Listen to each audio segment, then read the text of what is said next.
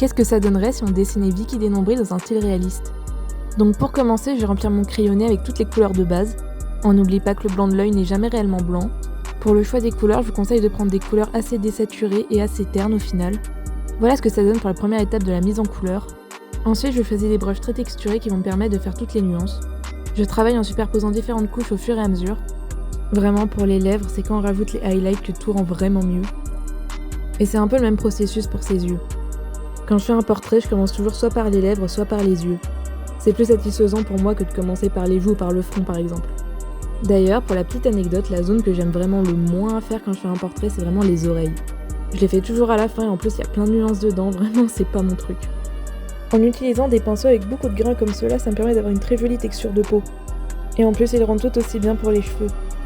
En tout cas, j'adore le rendu final. Je pense que si Vicky existait, elle ressemblerait à ça.